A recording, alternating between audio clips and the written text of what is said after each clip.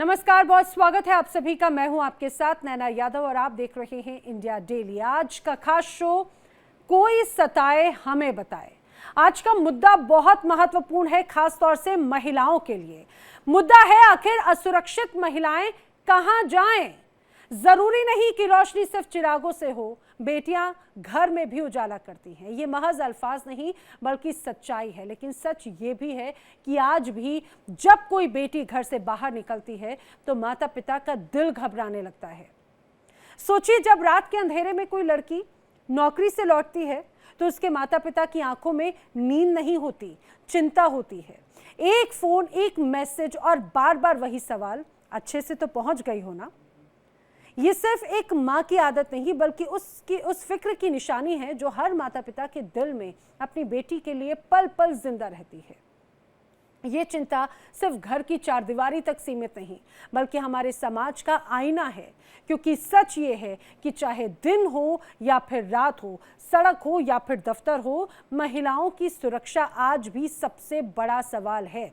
और जब तक हर बेटी बेखौफ होकर जीना और सफर करना ना सीख ले, तब तक ये सवाल गूंजता रहेगा, आखिर कब सुरक्षित होंगी हमारी बेटियां।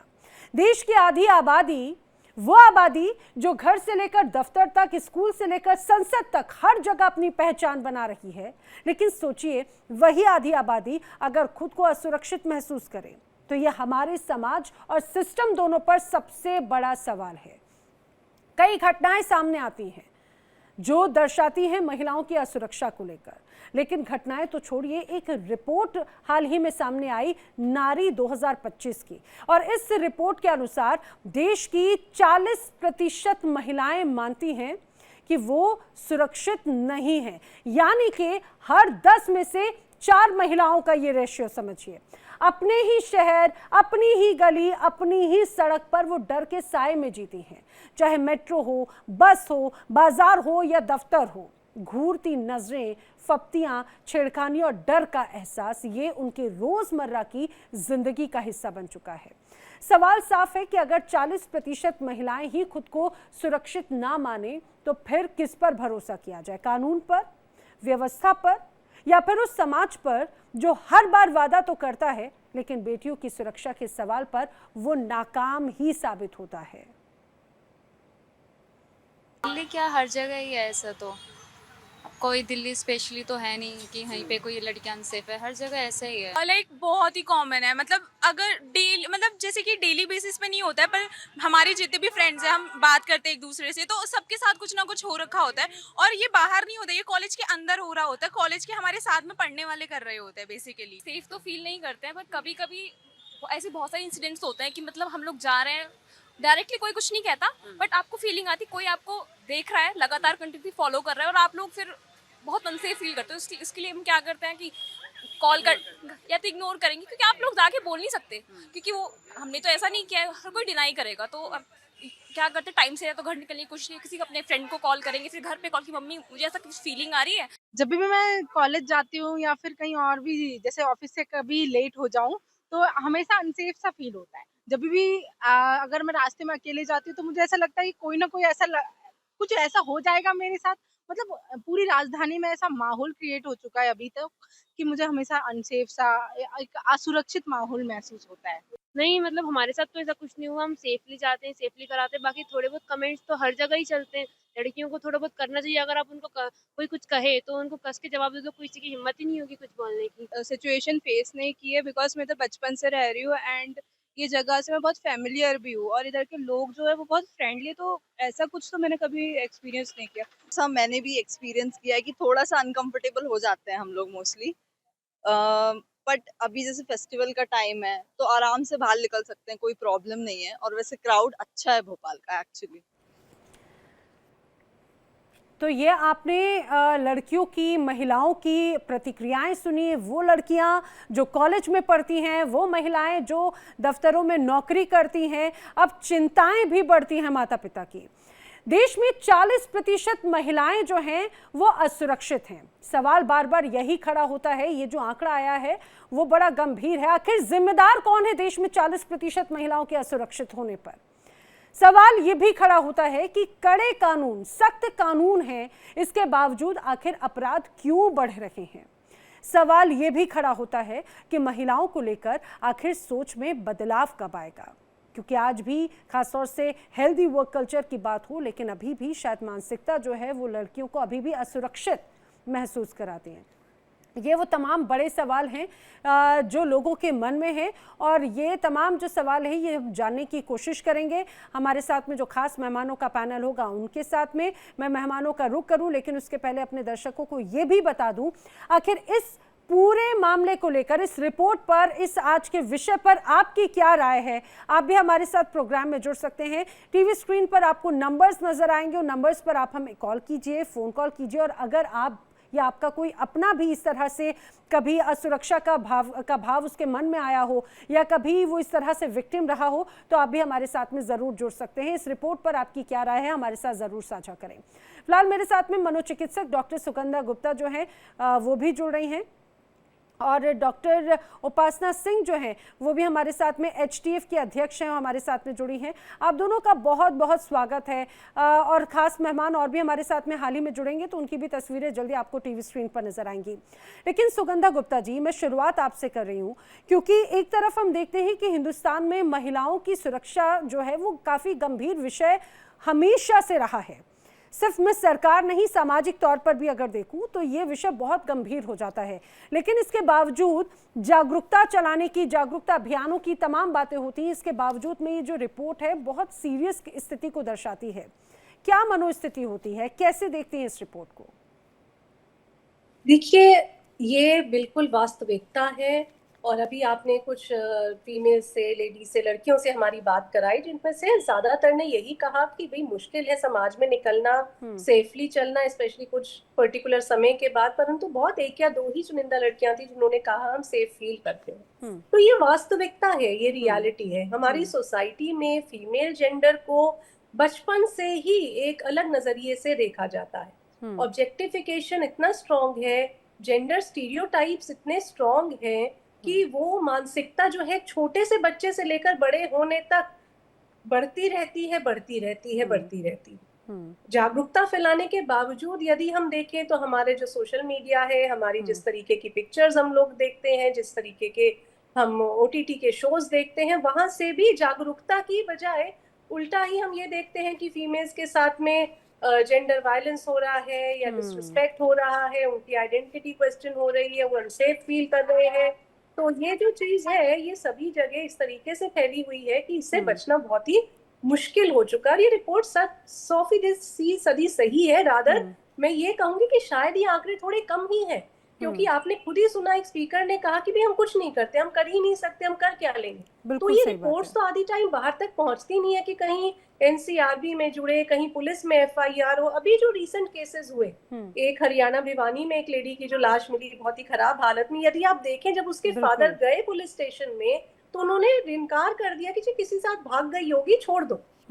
तो ये फर्स्ट रिस्पॉन्स है हमारी प्रोटेक्शन करने वाली, हमारी सुरक्षा करने वाली पुलिस कर्मचारियों का। तो जब वही सेंसिटाइज नहीं है तो आप आम समाज के लड़के लड़कियों से क्या सेंसिटाइजेशन मांगे। बिल्कुल, ये बड़ा गंभीर विषय अब जो नज़र आता है, खासतौर से अगर हम मेट्रोज़ की बात करते हैं। कहा जाता है कि मेट्रोज़ में लोग बड़े सपने, बड़े उम्मीदों के साथ में आते हैं नौकरी पाने की चाहत में। और मैं उपासना जी का रुख करूं, लेकिन उसके पहले अपने व्यूअर्स को दो बड़ी बातें बताऊं कि हमने ये तो आपको बताया कि महिलाएं असुरक्षित महसूस करती हैं, 40% महिलाएं, लेकिन आपको ये भी जानना चाहिए कि आखिर वो कौन कौन से इलाके हैं जहां पर महिलाएं सुरक्षित और असुरक्षित दोनों महसूस करती हैं।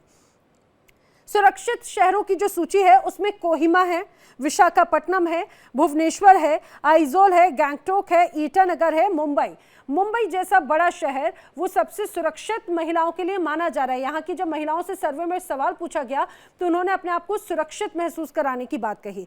लेकिन चौंकाने वाली बात, जो असुरक्षा जहां पर महिलाओं को सबसे ज्यादा है उसमें बिहार की राजधानी पटना, राजस्थान, जयपुर बड़ा अच्छा शहर है, खूबसूरत शहर है, लेकिन यहाँ पे महिलाएं असुरक्षित महसूस करती हैं। फरीदाबाद, दिल्ली, कोलकाता, श्रीनगर, रांची, ये वो इलाके हैं जहां पर महिलाएं अपने आप को सबसे ज्यादा असुरक्षित महसूस करती हैं। राह पर चलते कई बार लड़कियां शिकार हो जाती हैं। उपासना सिंह जी, ये जो मामले हैं ये कितने गंभीरता अभी आपको नजर आती है, क्योंकि कई योजनाएं हैं जिसके तहत ये कहा जाता है कि हेल्पलाइन नंबर्स हैं, पुलिस की तरफ से समय समय पर ड्राइव होती है, लगातार जागरूकता अभियान चलाए जाते हैं और बाकायदा सबको अपने अधिकारों के बारे में जानकारी दी जाती है। महिला सुरक्षा को लेकर भी कई योजनाएं जो है वो संचालित की जाती हैं, लेकिन उसके बावजूद आज की डेट में अगर ये स्थिति है तो बहुत ये चिंता का विषय है। बिल्कुल आप सही कह, लेकिन यहाँ पर मैं अपनी बात को इस चीज से शुरू करूंगी कि ये जो रिपोर्ट आपने प्रस्तुत की है इसका आधार क्या है। इसका आधार अगर सर्वे है तब तो समझ आता है, लेकिन अगर इसका आधार सर्वे है जी, सर्वे है, अगर इसका आधार ये है कि जितनी कंप्लेंट्स पुलिस में जिस शहर में हुई है ज्यादा, उसको आप असुरक्षित मान रहे हैं, तब तो थोड़ा सा मतलब मुझे लगता है कि बहुत ही क्लियर पिक्चर नहीं होगी। मैं बताती हूँ, दरअसल ये जो रिपोर्ट है उसमें बताया गया है कि 31 शहरों में करीब 12,770 महिलाओं को शामिल किया सर्वे में, उनसे बाकायदा पूछा और हर शहर के बारे में जानकारी जुटाई, उसके आधार पर ये रिपोर्ट तैयार की गई। ठीक है, अगर इसका आधार सर्वे है तब तो हम इसको मान सकते हैं कि सही दिशा में हम लोग जा रहे हैं, क्योंकि जहां तक पुलिस में रिपोर्ट करने की बात है, पुलिस में रिपोर्ट ना होना या ज्यादा होना, इन दोनों को हम अलग अलग नजरिए से देख सकते हैं। अगर पुलिस में रिपोर्ट ज्यादा हो रही है तो हम ये मान सकते हैं कि महिलाएं ज्यादा सजग हैं और पुलिस स्टेशन तक जा पा रही हैं। कई बार भी होता है कि महिलाएं घटनाएं होती रहती हैं और पुलिस तक जाती ही नहीं, थाने में जाती ही नहीं, क्योंकि वहां पर और ज्यादा असुरक्षित अपने आप को महसूस करती हैं। थाने तक जाना महिलाओं के लिए और ज्यादा उनके लिए खतरे की चीज समझ में आती है। तो ये दो नजरिए हैं। दूसरी बात ये है कि जो आप कह रही हैं कि महिलाएं असुरक्षित महसूस करती हैं, महिलाएं असुरक्षित हमेशा ही महसूस करती हैं, चाहे वो घर में हो, घर के आसपास हो, सड़क पे हो या भीड़ भाड़ की जगह पे हो, कहीं पर भी हो, कोई भी स्थान, कोई भी जगह महिलाओं के लिए सुरक्षित फुल प्रूफ आप नहीं कह सकते हैं कि वहां, चाहे वो मंदिर हो, चाहे मस्जिद हो,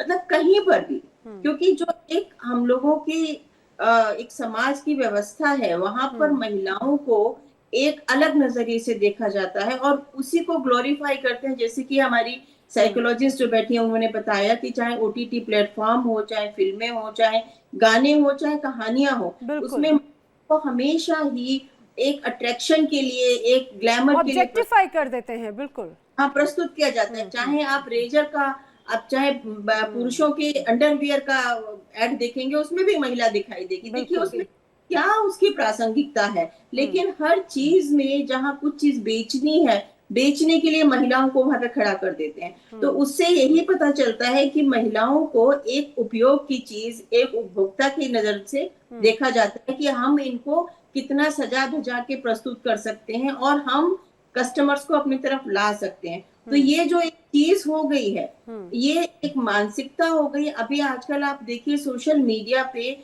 जितनी भी रीलें बना बना के लोग डालते हैं, लड़कियां, अभी एक मर्डर भी हमारे ग्रेटर नोएडा में एक बहुत ही भयानक केस सामने आया है, जिसमें कि आग जला के उसको, महिला को मार दिया गया है। तो उसके पीछे भी वजह यही समझ में आ रही है लोगों को, जो सुनने में आ रहा है कि वो रील बना बना के दोनों बहनें डालती थी और ब्यूटी पार्लर उनका था, उसको लेके घर में कल आती। तो हमारे यहाँ पर जो समाज की एक सोच है, इसमें सिर्फ पुरुषों को मैं नहीं कहूंगी, इसमें स्त्रियों का भी एक योगदान है कि वो भी अपने आप को, हालांकि मैम उस मामले में तो कई समय समय पर कई और भी बड़ी बातें सामने आ रही हैं, हालांकि बहुत अलग अलग पॉइंट्स जो हैं उसमें सामने आए हैं।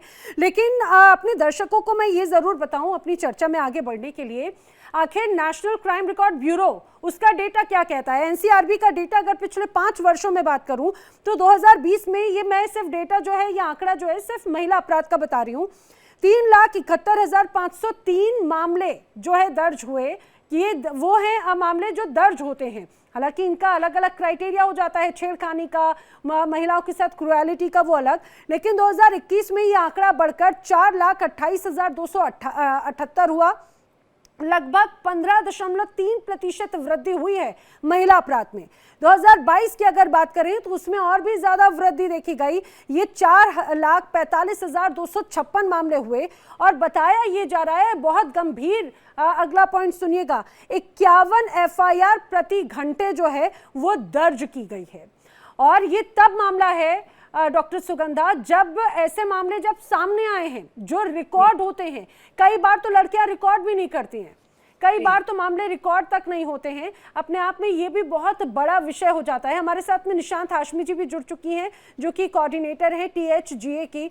निशांत हाशमी जी, बहुत स्वागत है आपका इस चर्चा में। आप ही से सवाल मैं भी ये करने जा रही हूँ, ये जो रिपोर्ट आई है इसको लेकर क्या कहेंगे? मैंने रिकॉर्ड बताया NCRB का, वो आंकड़े वो हैं जो दर्ज हुए। कई मामले होते हैं जिन्हें महिलाएं लड़कियां खुद अवॉइड करती हैं कि अरे कौन इस झमेले में पड़ेगा, जस्ट अवॉइड, अपने आप मामला शांत हो जाएगा। मैम अपना ऑडियो अनम्यूट कर लीजिए प्लीज।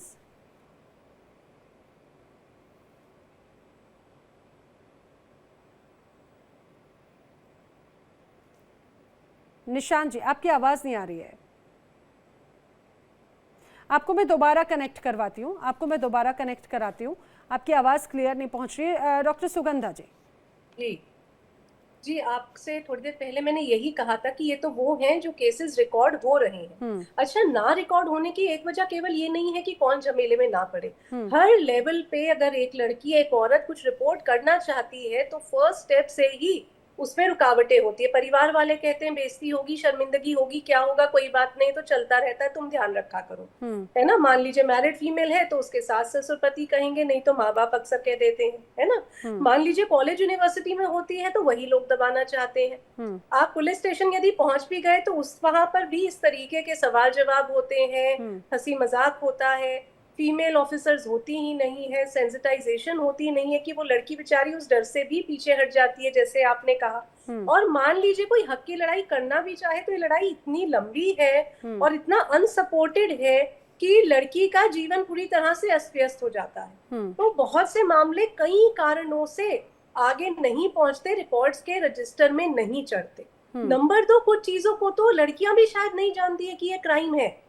भद्दी टिप्पणी कर दिया, आप सड़क पे जा रहे हैं, सीटी बजा दी, आप सड़क पे जा रहे हैं, किसी ने आगे पीछे हाथ मार दिया। बहुत सी लड़कियां इसको, छेड़खानी को, ये मानती ही नहीं है कि ये क्राइम है। और देखिए, मैं एक मनोचिकित्सक हूँ तो मैं आपके साथ शेयर करूंगी कि हमारे पास जो बच्चे आते हैं, लड़कियां आती हैं, इवन मैरिड फीमेल्स जो आती हैं, कभी कभी ऐसी चीजों का इतना बड़ा ट्रॉमा लेके आती हैं कि severe depression, severe anxiety, paranoia, insomnia, यहाँ तक कि कई बार बचपन में हुए दिक्कतों की वजह से वो अपने हस्बैंड के साथ में संबंध भी बनाने में डरती हैं। उतनी तकलीफदायक स्थिति से डॉक्टर सुगंधा, ये बहुत इंपॉर्टेंट आपने बात कही, क्योंकि मैं भी अपने आसपास कई लोग इस तरह से टकराए, खासतौर से कई लड़कियां भी जो अब शायद उनके पास्ट एक्सपीरियंसेस, उनकी उम्र बहुत ज़्यादा नहीं है लेकिन उनके पास में इतनी बुरी मेमोरीज हैं और बुरी मेमोरीज को देने वाला कोई और व्यक्ति नहीं। शुरुआत उनके घर से ही हो सकता है, अपने किसी करीबी रिश्तेदार से छेड़छाड़ या बुरे बर्ताव या बुरी नज़रों से उसका शिकायत हुई और उनके मन में यही कसक रहती है कि शिकायत आखिर किससे की जाए, क्योंकि वो तो हमारे अपने हैं जी, चाचा, मामा, पापा, भाई, XYZ, कोई भी जी, चचेरा भाई, मौसेरा भाई। और जैसे मैंने कहा, फर्स्ट स्टेप तो परिवार से ही होता है कि अगर बच्चा कह भी दे तो उसे रोक दिया जाता है कि हमारे रिश्ते खराब हो जाएंगे, हमारा घर खराब हो जाएगा। पहले तो लड़की पे विश्वास ही नहीं किया जाता कि चाचा, मामा, ताऊ कैसे कर सकते हैं, बिल्कुल तुम झूठ बोल रही हो। तो लड़की ही हिचक में नहीं बोल पाती है। यदि मान लीजिए वो कह भी देती है तो पहला रिएक्शन रिश्ते बचाने का होता है, ना कि बेटी को सहारा देने का।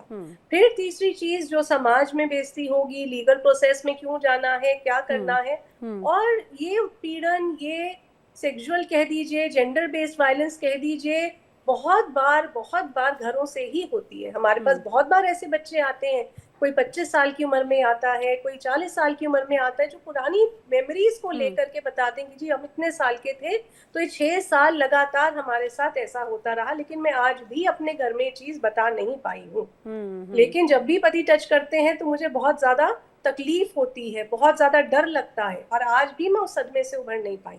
ये कितना चिंता का विषय है और कितना गंभीर हो जाता है, क्योंकि आज भी हम लोग इस बारे में चर्चा कर रहे हैं। हो सकता है कि भारत के किसी कोने में ऐसी ही कोई लड़की इसी तरह से हादसे का या फिर इस तरह के घटनाओं का शिकार होती हैं। और सबसे महत्वपूर्ण बात है कि कई चीज़ें ऐसी ज़रूरी नहीं है कि कोई आपको फिजिकली हैरास करे, मेंटली और सोशली हैरासमेंट उससे भी और भी ज़्यादा पेनफुल हो जाता है। हमारे साथ में इस समय सीनियर एडवोकेट पूजा अरोड़ा जी भी हमारे साथ में जो है वो जुड़ रही हैं, अगर जुड़ गए हैं जी तो उन्हें भी प्लीज़ स्क्रीन पर लेकर आइएगा। पूजा जी, बहुत स्वागत है आपका भी। आपसे जानना चाहूँगी पूजा जी, ये रिपोर्ट आई है वो अपने आप में बहुत गंभीर स्थिति दर्शाती तो है, लेकिन आखिर लॉ क्या कहता है महिलाओं की सुरक्षा को लेकर? अगर मैं बहुत सामान्य लॉ की अगर बात करूं, खासतौर से वर्किंग एनवायरनमेंट को लेकर, हम बात करते हैं पॉश नीति की, लेकिन आखिर उसके कितने मामले सामने आते हैं? क्या हर जगह पर ये है या फिर महिलाएं उसको लेकर आगे बढ़ती भी हैं या नहीं बढ़ती हैं?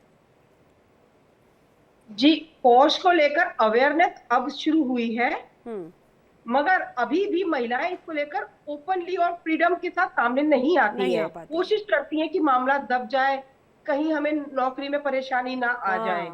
इसको लेकर वो खुलकर सामने नहीं आती हैं। फिर उनको एक डर और भी रहता है कि अगर मैंने पॉश का कुछ प्रोसीडिंग स्टार्ट कर दी तो ये फीडबैक, अगर मैं ये जॉब छोड़ भी दूं, अगली जॉब में जाऊं तो वहां भी मुझे इस तरह की परेशानी का सामना करना पड़ सकता है। कानून सख्त हो रहा है, अवेयरनेस बढ़ रही है, मगर अभी भी चीजों को लेकर इतना लोग सीरियस नहीं हो रहे हैं या डरते हैं कानून के सामने आकर मदद मांगने से। ये और मैं देखती हूँ कि कई बार लोग अवेयर तो होते हैं, लेकिन आखिर वो बात किससे करें, उनकी सुनेगा कौन? क्योंकि कई बार उन्हीं को ही समझा बुझा कर उपासना जी कहा जाता है कि शांत रहो, चीजें ठीक हो जाएंगी, हमने बात कर ली है। जो वर्किंग कल्चर एनवायरनमेंट है वहां पर महिलाएं बहुत असुरक्षित महसूस करती हैं। देखिए, बहुत सारी चीजें हैं जिसकी वजह से महिलाओं को ये प्रताड़ना सहन करनी पड़ती है। जो मैंने देखा है, जो मेरा अपना एक्सपीरियंस है, वो ये है कि जितनी भी हेल्पलाइन नंबर है जो सरकार बनाती है वो ज्यादातर काम नहीं करते। यस, ट्रू करती है तो उनको कितने भी नंबर आप चाहे कितनी हेल्पलाइन लेके दे दीजिए, कोई काम नहीं करता है। आपके सामने इतने उदाहरण है। भुवनेश्वर में एक पढ़ी लिखी महिला जा रही थी, वो पुलिस में गई और उसको किस तरीके से प्रताड़ना का सामना करना पड़ा, ये सबके सामने है। तो महिलाओं को आत्म सुरक्षा के नाम पे ये कहा जाता है तुम जूडो सीख लो, तुम कराटे सीख लो, या तुम शारीरिक स्तर से मतलब प्रतिरोध करने के लिए शक्तिशाली हो जाओ, लेकिन वो काफी नहीं है। हमें सोच बदलनी पड़ेगी। हमारे पुरुष प्रधान समाज में जो सोच हम लोग अपने बच्चों को देते हैं, भाइयों को, बेटों को, हमें वो सोच बदलनी पड़ेगी। उसके लिए हमें करना पड़ेगा। और यहाँ पर मैं ये भी कहना चाहती हूँ कि एक सेंसरशिप, एक OTT पे जो जिस तरीके के आजकल प्रोग्राम्स आ रहे हैं जो एकदम हर एक के लिए एक्सेसिबल है। पहले हमारे यहाँ दूरदर्शन था या प्रसार भारती था तो एक डर रहता था कि हमें ये नहीं दिखाना है टीवी पे।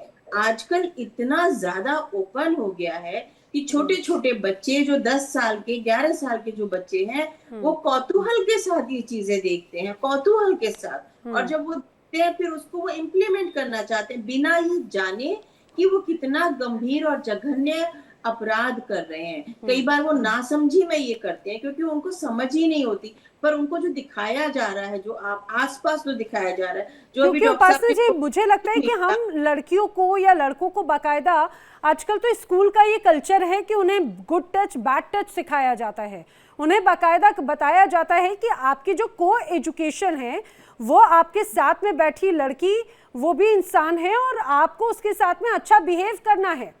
ये बाकायदा स्कूली शिक्षा का हिस्सा हो जाता है, दिखाया जाता है, सिखाया जाता है। लेकिन कितने स्कूलों में प्रश्न ये है क्योंकि ज्यादातर हमारी जनसंख्या आज भी गांव में रहती है, आज भी सरकारी स्कूलों में पढ़ते हैं, आज भी लड़कों के लिए अलग कॉलेजेस स्कूल्स होते हैं, लड़कियों के लिए अलग स्कूल और कॉलेजेस होते हैं। आप अगर ग्रास रूट पे जाइए, धरातल पर देखिए, तब आपको वो जो हमारी खाई है लड़कियों के बीच की, वो आपको दिखाई देगी। लड़कियां आज भी आप गांव में जाएं तो चुन्नी ओढ़ के सलवार सूट में स्कूल जाती हुई दिखाई देगी। लेकिन इसके बावजूद जब ये कहा जाए कि इसके बावजूद जब वो पूरी ऊपर से नीचे ढकी हैं तब भी वो रेप का शिकार हो जाएंगी, छेड़छाड़ का शिकार हो जाएंगी, ईव टीजिंग का शिकार हो जाएंगी, या फिर सड़क पर चलते चलते कोई उनके साथ में दुर्व्यवहार करता हुआ, बैड टच करता हुआ निकल जाएगा। ऐसे तमाम वीडियोस जो हैं वो सामने आते हैं, बिल्कुल सामने आते हैं। उसकी वजह ये है कि बच्चे जो लड़के होते हैं वो क्या देख रहे हैं, किस चीज से प्रेरणा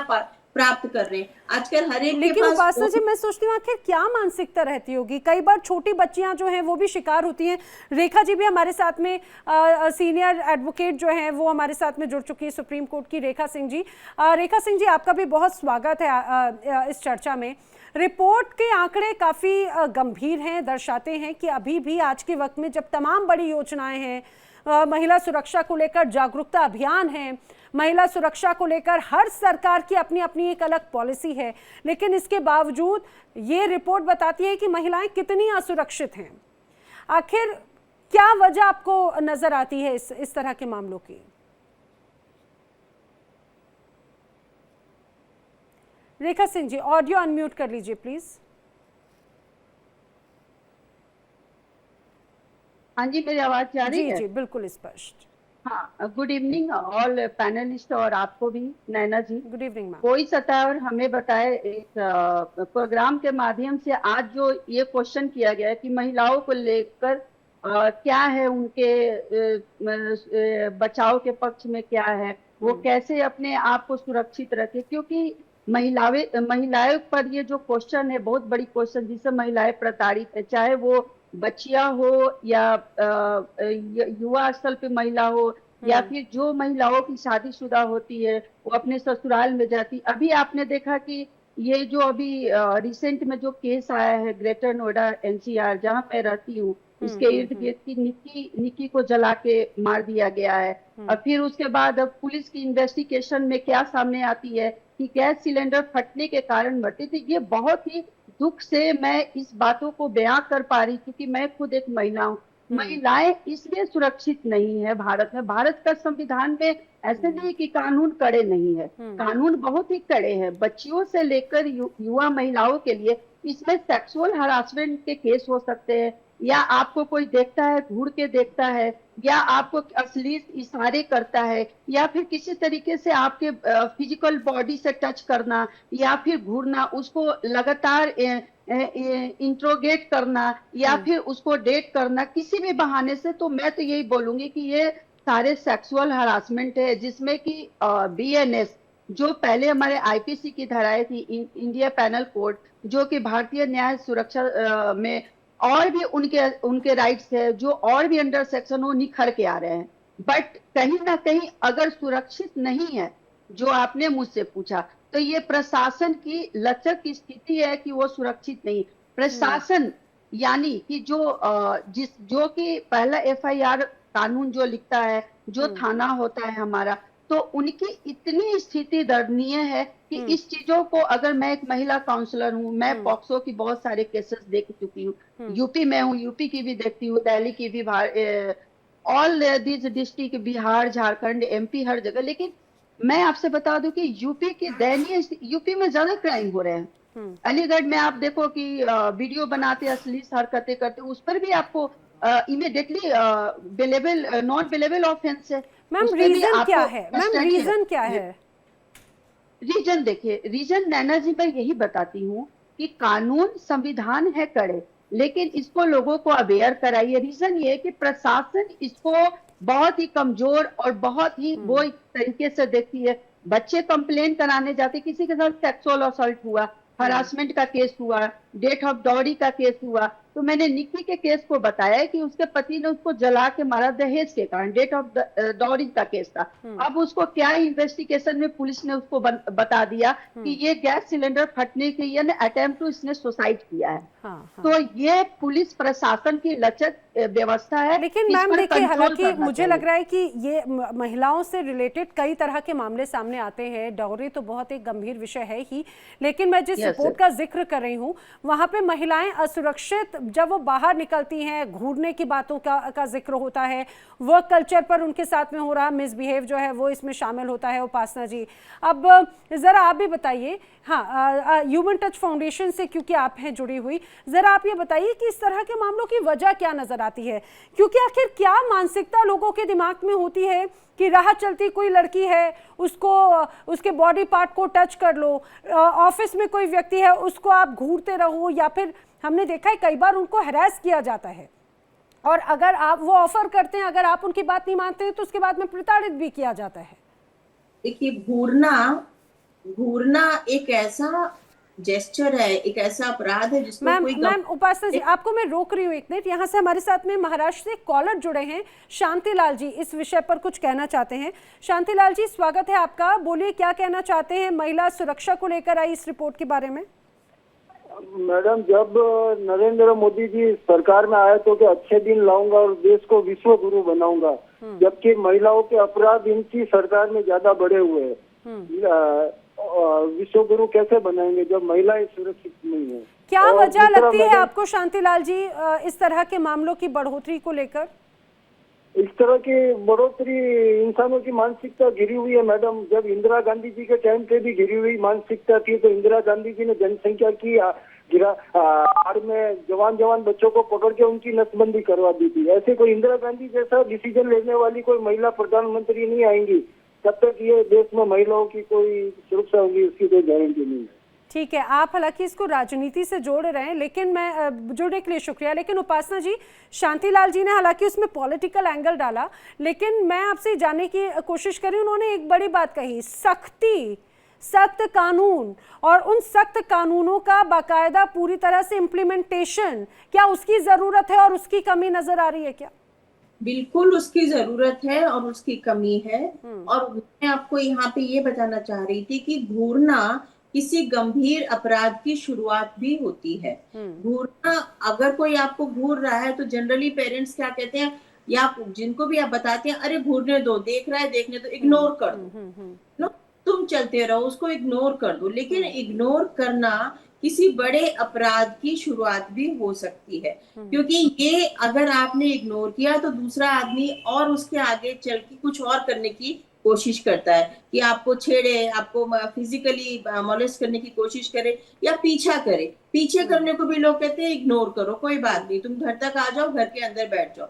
लेकिन वही शुरुआत होती है बड़े और गंभीर अपराधों की। और जहां बात है कि कानून और ये कोर्ट और ये पुलिस, मैं ये यहाँ पे कहना चाहती हूँ कि कहीं पर भी महिलाएं सुरक्षित महसूस नहीं करती हैं। अभी आपने देखा रेवन्ना का जो केस हुआ, आप बताइए, बिल्कुल चीज की कमी थी, वो आदमी किस चीज के लिए उसको कमी हो रही थी जो उसने इस तरीके की हरकतें की। आजकल सोशल मीडिया की बात करी डॉक्टर साहब ने, मैं बिल्कुल उनसे सहमत हूँ। आजकल सोशल मीडिया पे, जैसे मैं आपको कह रही थी, लड़कियां, छोटी छोटी लड़कियां भी ये OTT का सब प्लेटफॉर्म देखती हैं, लड़के भी देखते हैं। तो जनरली क्या होता है, क्योंकि मैं एक ऑर्गेनाइजेशन में हूँ और प्रेसिडेंट हूँ, तो मैं पूरी जिम्मेदारी से कहती हूँ कि लड़कियां जो वो कपड़े खरीद नहीं पाती हैं मॉल्स में, वो जाके चेंजिंग रूम में उसको ट्राई करती हैं, फोटो खींचती हैं और इंस्टाग्राम पे डालती हैं। वो कपड़े वो जो कभी नहीं पहनेंगी बाहर, जो किसी को नहीं दिखेंगे। लेकिन इस तरीके की जो हमारी समाज में इस वक्त संक्रमण हो रहा है, उसको रोकना बहुत जरूरी है। उसके लिए लेकिन उपासना जी, मेरा इसको लेकर एक अलग व्यू है। सुगंधा जी से भी मैं इस पे जवाब चाहूंगी, क्योंकि हम देखते हैं कि ठीक है, कपड़े एक हो सकता है, एक हिस्सा हो सकता है, लेकिन हमने देखा है जहां पर छोटी बच्चियां जो 2.5 से 3 साल की हैं, वो भी प्रताड़ना का शिकार होती हैं। हमने देखा है वो महिलाएं जो पूरी ऊपर से नीचे तक ढकी होती है, चाहे वो सूट पहने, वो साड़ी पहने, और सबसे ज्यादा हादसों का शिकार या फिर वारदातों का शिकार वही होती हैं। अरे मैम, लोग जो इस तरह के अपराधी बुद्धि वाले होते हैं, वो तो बुजुर्ग महिलाओं तक को नहीं छोड़ते।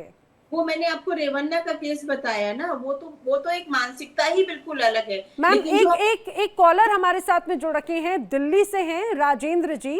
राजेंद्र जी बताइए, क्योंकि इस लिस्ट में जो ये रिपोर्ट आई है उसमें दिल्ली भी उस असुरक्षा वाले हिस्से में है जहाँ पे महिलाएं बहुत असुरक्षित महसूस करती हैं, क्या वजह मानते हैं आप? मैडम जी, मैं सोशल वर्कर हूँ, कई 40 साल पुराना जी, और मेरे पास ऐसे ही मुद्दे आते हैं जी। यहाँ तक कि थाने में जाने की महिलाएं हिम्मत नहीं करती हैं, अगर जाती भी हैं तो उनकी शिकायतें भी आसानी नहीं ली जाती हैं। अच्छा। आज यूपी के लोग बात करते हैं, वहाँ बहुत बड़ी स्थिति खराब है। और तो ये स्थिति है, अगर PCR कॉल कोई करता है तो ढंग से रिसीव नहीं किया जाता। शिकायतें महिलाएं देती हैं तो राजन जी, किस तरह की शिकायतें सबसे ज्यादा आती हैं दिल्ली में? दिल्ली में सबसे ज्यादा शिकायतें आती हैं, क्या नाम, अक्सर देखा जाए महिलाओं को प्रताड़ित करना, जो महिलाएं कम करती हैं ठेकेदारी की तरफ से, उनको हैरेसमेंट किया जाता है। बड़ी बड़ी फैक्ट्रियों में उनको शिकायतें आती हैं लोगों की, आते जाते समय छेड़छाड़ की आती है, मतलब घूरने की आती है, छेड़छाड़ की आती है, किस तरह की से असुरक्षा को लेकर रास्ते में चलते हैं आते जाते समय। हाँ, ये बहुत महत्वपूर्ण है। राजन जी, जुड़ने के लिए आपका शुक्रिया। सुगंधा जी, लोग हो सकता है उनसे कोई संपर्क नहीं रहता, महिलाएं लड़कियां जो सड़कों पर जाती हैं उनको देखकर फप्तियां कसना, उनको देखते हुए अब्यूजिव लैंग्वेज या फिर ये कहा जाए बड़ी अग्रेसिव लैंग्वेज का, सेक्सुअल रूप में लैंग्वेजेस का इस्तेमाल करना।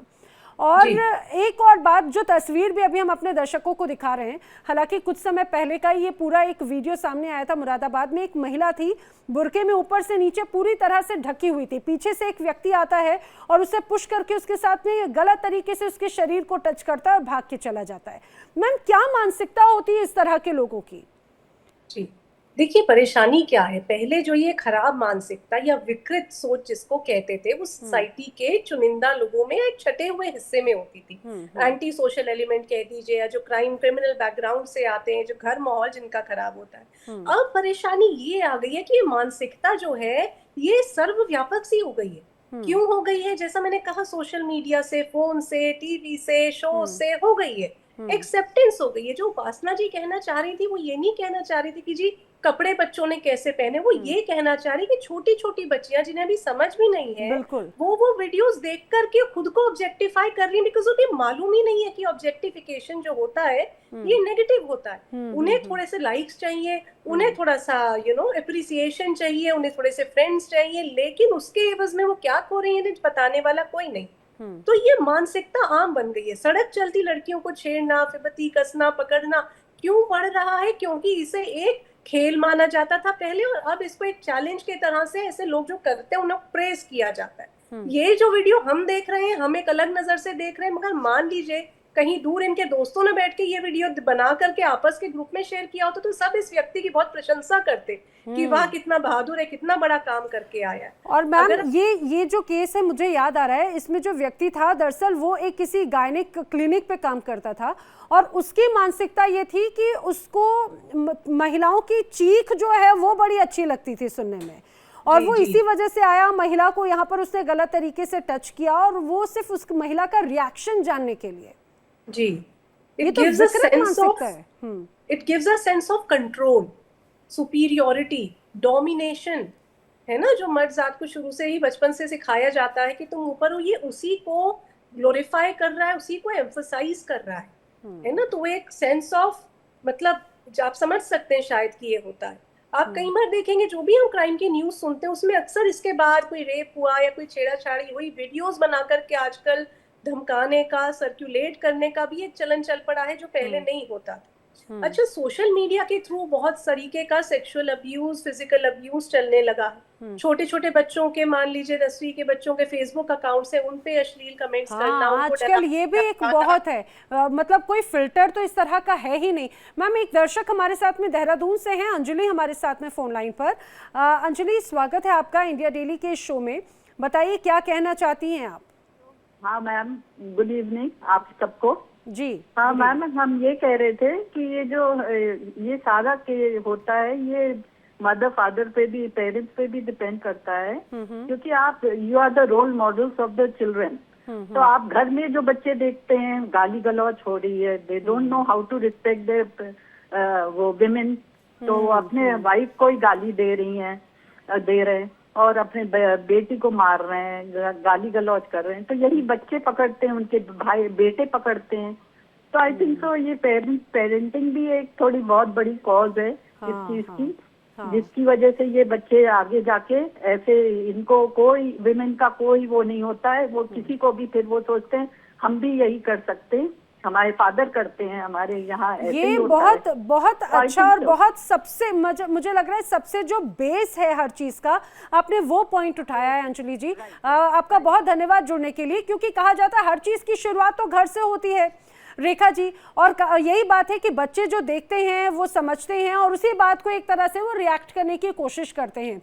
और आधे से ज़्यादा जो केसेस हैं हम देखते हैं, बहुत ज़्यादा लड़कियां वो अपने रिश्तेदारों या फिर घर में ही इस तरह से हैरेसमेंट का शिकार होती हैं, सेक्सुअली मेंटली हैरेसमेंट का शिकार होती हैं। हाँ जी नैना जी बिल्कुल सही बोल रहे हैं कि इस तरीके के 100% में 85% केसेस यही होते हैं सेक्सुअल हरासमेंट का। जैसे कि आप मैम ने ब्रीफ किया इसको, एंटी सोशलाइज को लेके, या मैम ने भी किया। तो ये अभी मुरादाबाद का मैं फुटेज देख रही थी, अभी बरेली का देख रही थी। तो मैं आपसे यही तो बोल रही हूँ कि ये पॉक्सो एक्ट के हिसाब से, या तो अगर जो अंडर एज में बच्चियां है जिसकी जो इन्होंने बोला है कि मानसिकता होती है कि औरतों के चीख को सुने, तो इसमें मैंने सेक्शन आपको बताया 7, 8, 11 और 12, ये सारे में अगर इसको प्रूफ होते हैं तो 3 से 5 इयर्स इसमें कस्टडी है, नॉन बेलेबल ऑफेंस है। अगर आप पॉक्सो, रेप हो, सेक्सुअल हरासमेंट हो, या इसमें जितने भी आपको रेप केसेस होते हैं, तो इन सब में सजाएं जो है बहुत ही ऐसी है कि ये ऑफेंस ऐसा है कि ये नॉन पेलेबल ऑफेंस है। बट मैं बार बार यही आपके चैनल के माध्यम से ये आम पब्लिक को भी यही मैसेज देना चाहती हूँ कि कहीं ना कहीं न्यायपालिका तो इसमें बहुत ही कठोरता से इस सजा को देखती है, पर जो पुलिस है, जो हमारे जुरिडिक्शन एरिया में, जो यूपी की बात कही जाए, यूपी और भी जगह, लेकिन यूपी का अभी फुटेज भी मैं देख रही थी लगातार, या क्राइम भी लगातार हो रहे हैं। तो इसमें जो भी हमारे थाने हैं उस पे लगाम हमें SHO, SCP, DCP, ये जो लोग हैं, ये लोग पूरे तरीके से आपके चैनल के माध्यम से मैं बेबाक बोलना चाहती हूँ कि ये लोग दिख चुके हैं। ऐसे केसों में मैंने सूरजपुर NCR जो डिस्ट्रिक्ट एंड सेशन कोर्ट आते हैं, इसमें मैं पॉक्सो कोर्ट में अनलिमिटेड मैंने केसेस किए हैं। पूरा प्रशासन ये मुझे लगता है कि ये हो सकता है कि कई मामलों में लोगों के इस तरह से एक्सपीरियंसेस रहे हों, लेकिन हम कुछ लोगों की वजह से पूरे सिस्टम पर क्वेश्चन नहीं रेज कर सकते। इसमें भी कोई शक नहीं कि अभी भी बाकी के जो 40% महिलाएं जो असुरक्षित हैं, लेकिन 60% जो कह रही हैं कि उनमें सुरक्षा का भाव है, वो कहीं ना कहीं इस प्रशासन की वजह से ही होगा। हाँ, ये ज़रूर हो सकता है कई ऐसे इलाकों में जहाँ पर सुनवाई नहीं होती, और अभी हाल ही में हरियाणा का जो एक मामला सामने आया था मनीषा हत्याकांड, उसमें यही था कि बहुत ज़्यादा देरी कर दी गई थी, पूरे मामले की जांच को लेकर भी बहुत ज्यादा देरी कर दी गई थी, और शायद यही वजह है कि लोगों का भरोसा भी इस मामले में बहुत ज्यादा उस रूप में आता है। लेकिन उपासना सिंह जी, अब ब्रिंगिंग्स की जो बात है वो अभी अंजलि जो हमारे साथ में एक दर्शक थी उन्होंने कही, अब ब्रिंगिंग बहुत इंपॉर्टेंट है। एक तरफ हम महिलाओं को जागरूक करने की, बच्चियों को तो जागरूक करते हैं कि बेटा अगर आपको कोई गलत टच करे तो आपको मम्मा को बताना है, पापा को बताना है, टीचर को बताना है, और लेकिन और ये भी हम बार बार कहते हैं कि भाई बच्चों को, लड़कों को भी उसी तरह से ट्रीट किया जाए, उनको भी बाकायदा जागरूक किया जाता है कि आपको इस तरह से बिहेव नहीं करना है। लेकिन जो इन्वायरमेंट में वो देखते हैं, ठीक है, सोशल मीडिया या फिर OTT प्लेटफॉर्म्स या आज की फिल्में अपने आप में एक बहुत एक अलग सिचुएशन तो क्रिएट करती हैं, लेकिन कंट्रोल कैसे करेंगे? वो बच्चे जो देखते हैं वही तरीके से तो वो बिहेव कर रहे हैं आजकल। उसी के लिए मैंने आपसे पहले ही कहा कि उसके लिए हमें कोई पॉलिसी बनानी पड़ेगी कि ऐसी जो चीजें परोसी जा रही हैं OTT पे और एक्सेसिबल है सभी बच्चों के लिए। आप देखिए, कहीं भी आप निकल जाइए, चाहे वो लेबर क्लास हो, चाहे वो स्कूल के बच्चे हो, चाहे वो ऑटो चलाने वाले हो, हर कोई आजकल फोन में रील देखता रहता है। और जब आप उनके पास जाते हैं, चाहे आपके घर के सर्वेंट्स हैं, आप उनके पास जाते हैं तो आपको भी एक बार सोचना पड़ता है कि हम उनके पास जा रहे हैं, पता नहीं वो क्या देख रहे हैं, लोग कोई ऑकवर्ड चीज ना देख रहे हो। तो आजकल ये इतना सोशल मीडिया का इतना भयानक वो हो गया है कि हर कोई आजकल उससे त्रस्त है। और जहां तक बात है कि क्या किया जाए, अब अगर हम ये देखें क्या किया जाए, देखिए पुलिस सुरक्षित नहीं महसूस करा रही है महिलाओं को, जैसा हमारी वकील साहब ने कहा, क्या किया जाए? तो मैं यही कह सकती हूँ कि हमें ज्यादा से ज्यादा हेल्पलाइन नंबर महिलाओं के सही ढंग से और सच्चे तरीके से चलाने चाहिए, सच्चे तरीके से चलाने चाहिए कि अगर सचमुच में किसी महिला को जरूरत है और वो फोन करे तो उसको मैम, मदद। लेकिन वो फोन लगा के बोलेगी क्या? क्योंकि कभी भी कई मामले ऐसे होते हैं जो शायद शिकायत करने लायक नहीं है, लेकिन वो आपको अंदर तक पिंच कर देते हैं, अंदर तक परेशान कर देते हैं।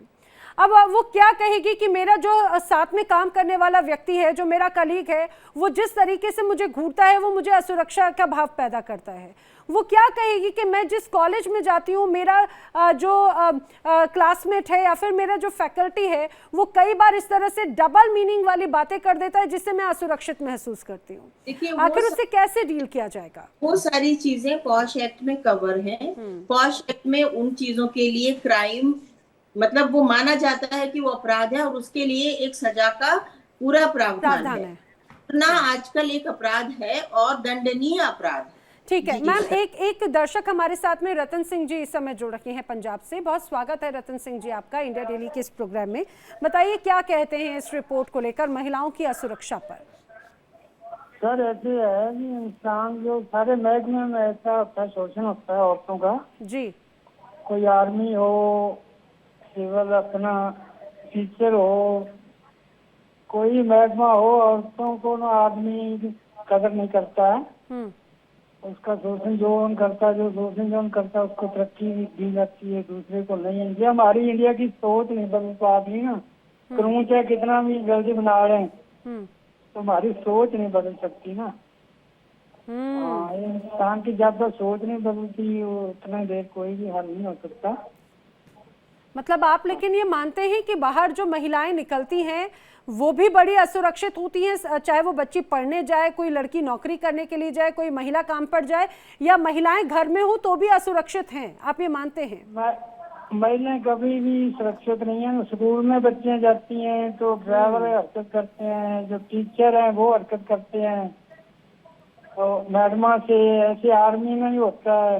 रतन सिंह जी, फिर इन सारी चीजों का ये कहा जाए इलाज क्या है, उपाय क्या है, कैसे चीजें सुधरेंगी?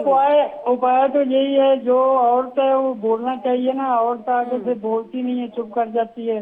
औरत को चाहिए पुलिस को इन्फॉर्म करे, अपने पेरेंट्स को बताए। तो औरत की कमजोरी है ना, जब कोई उससे दुर्व्यवहार करता है वो बताएं। हमारे साथ ऐसा हो रहा है, वो बोलती नहीं है ना। हाँ, ये बहुत ये गंभीर विषय हो जाता है कि कई बार लड़कियां चुप रह जाती हैं। रतन सिंह जी, जुड़ने के लिए आपका बहुत धन्यवाद।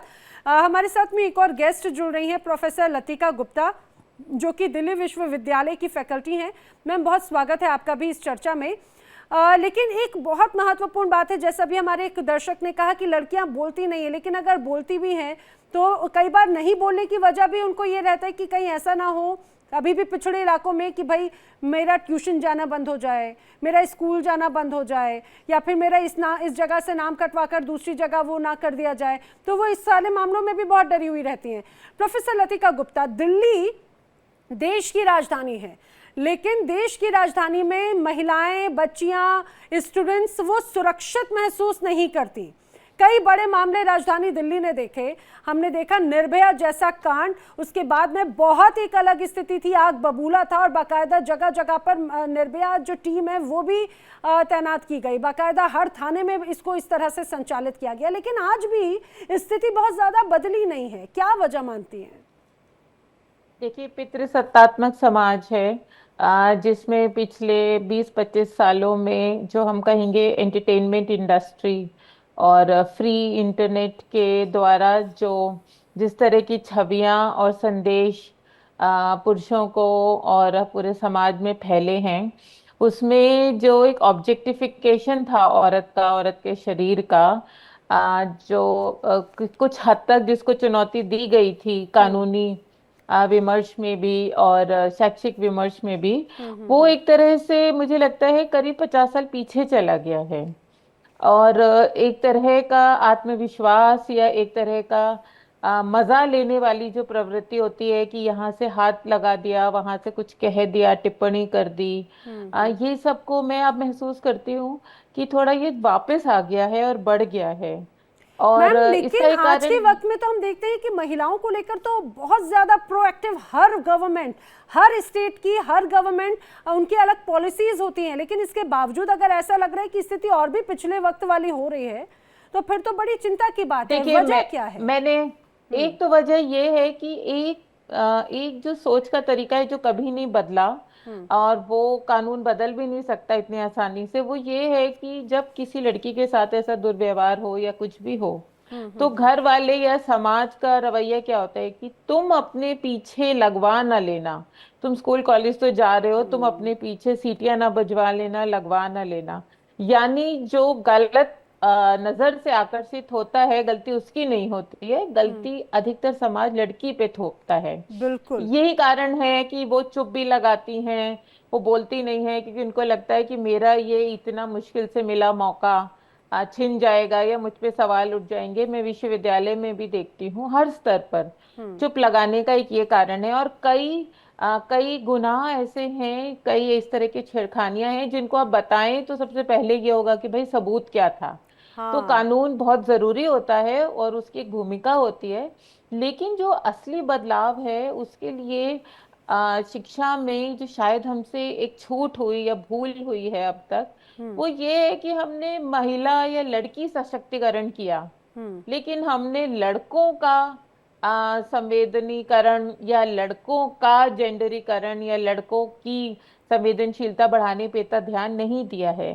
तो मैं विश्वविद्यालय में भी ये देखती हूँ अपने आसपास कि लड़कियां तो बदली हैं, उनमें विश्वास भी आया है और वो जूझती भी हैं कि शिकायत करती भी हैं कई बार, लेकिन उसके बरक्स लड़कों में, पुरुषों में इतना बदलाव नहीं आया। और जिसको कहते हैं वस्तुकरण करना, अब वो काफी बढ़ गया है। पर हमें ये मानना पड़ेगा कि इंटरनेट पे जो बिल्कुल एक तरह से अनियंत्रित सामग्री है उसके कारण एक ऑब्जेक्टिफाइड औरत की छवि अब बहुत आक्रामक हो गई है और उसमें जो एक उपभोग करने की संस्कृति को दोबारा वापस लाया है जो अब हमें आसपास माहौल में दिख रहे हैं। तो इसके लिए जी बिल्कुल। और आपने एक और बात जो कही कि हम महिलाओं को सशक्त करने की तो बात करते हैं, लेकिन आखिर उन लड़कों को, उन युवाओं को जिनकी इस तरह की विकृत मानसिकता हो गई है, मानसिकता भी छोड़िए, अगर उनके अपने कलीग या अपनी साथी, अपने मित्र या राह चलते व्यक्ति महिला के लिए अगर कोई गलत नज़र या गलत भावना आ रही है, वो कंट्रोल कैसे होगी? सुगंधा जी, आखिरी का वक्त है, आपसे जानना चाह रही हूँ, एक बड़ी बात कही है कि हम फिर से पिछले वक्त की तरफ जा रहे हैं। महिलाओं को तो हम कहते हैं भैया आप देवी हैं, आप अग्रेसिव होइए, आप बोलिए। आजकल लड़कियां काफी अग्रेसिव भी हैं, ऐसा नहीं है कि वो नहीं बोलती अगर उनके साथ में कुछ गलत होता है तो। जी देखिए, अब सवाल क्यों तो बहुत हो चुका, अब करना क्या है। सबसे पहले मानसिकता की बात करते हैं। घर परिवार से ही अच्छे रोल मॉडल सेट किया जाए, अच्छे एग्जाम्पल सेट किए जाए, चाहे वो लड़की हो या लड़का। सिर्फ दिखाना नहीं है रिस्पेक्ट, उनको बोलने की भी आजादी हो, जब लड़का बोले या लड़की दोनों की ही बात सुनी जाए। नंबर 2, स्कूलों में एजुकेशन, जेंडर सेंसिटाइजेशन के प्रोग्राम्स, वर्कशॉप, सेमिनार जरूर होने चाहिए। छोटी कक्षा से बड़ी कक्षा तक गुड टच बैड टच केवल काफी नहीं है। नंबर 3, पॉस्को में, पॉश में बहुत कुछ कवर्ड है। सीटी मारना दंडनीय है, भद्र शब्द दंडनीय, मगर ये लड़कियों को तो पता ही नहीं है कि क्या क्या दंडनीय है। ये नॉलेज न्यूज़पेपर्स में छपे, छोटे छोटे रील्स में कहीं पहुंचे कि जो हमारा सोशल मीडिया, इसी को हथियार भी तो बनाया जा सकता है कि नॉलेज लड़कियों को पता हो कि किसी ने सीटी मारी है तो ये अपराध है। लड़कियां जानती नहीं, कहां से कंप्लेंट करेंगी? सेंसिटाइजेशन पुलिस फोर्सेस की बहुत ज्यादा जरूरी है, क्योंकि उनका पहला रिस्पॉन्स होता है बहुत केस पड़े, अपनी जान बचाओ, छोड़ो इसको, इग्नोर करो, इसको रफा दफा करो। तो ये सेंसिटाइजेशन बहुत जरूरी है फर्स्ट अप्रोच में पुलिस फोर्सेस में, कि वो भी हर मामले को सीरियसली लें, चाहे वो छोटे से छोटा हो या बड़े से बड़ा। लड़कियों को सपोर्ट कर मिले फैमिली से, सोसाइटी से, और बराबरी का माहौल क्रिएट किया जाए। सोशल मीडिया रेगुलेशन बहुत ज्यादा इंपॉर्टेंट है, आगे आने वाले समय में और ज्यादा इंपॉर्टेंट हो जाएगा। उसके लिए पॉलिसीज बने भी और उनको शामिल भी किया जाए स्ट्रिक्टनेस के साथ। और हाँ, दंड, पनिशमेंट, कानून को जितना स्ट्रेंथन किया जाएगा उतनी ही ये चीजें आगे आने वाले समय में कम होंगी, चाहे घर के अंदर हो या बाहर। ये तो बहुत गंभीर विषय हो जाता है और मुझे लगता है कि इस बात को हम सभी को समझना होगा। ये हमारी नैतिक जिम्मेदारी भी है, क्योंकि कई चीज़ें प्रशासन, सरकार या फिर सामाजिक तौर पर नहीं, कई चीज़ें खुद से शुरुआत करनी होती है। महिलाओं को सशक्त करने की, जागरूकता की, या फिर बच्चियों को ये तो आप बताते हैं कि आपके लिए क्या सही है क्या नहीं, लेकिन उन लड़कों को बताना भी बहुत ज़रूरी है। और इस तरह के बढ़ते मामले जो रिपोर्ट सामने आई है, वो कहीं ना कहीं जो एक बहुत लंबा प्रोसेस है सजा को, शिकायत को लेकर, वो अपने आप में बहुत एक विषय है। आप इस गंभीर विषय पर आप सभी खास मेहमान मेरे साथ में इस चर्चा में शामिल हुए, आप सभी का बहुत धन्यवाद मैम।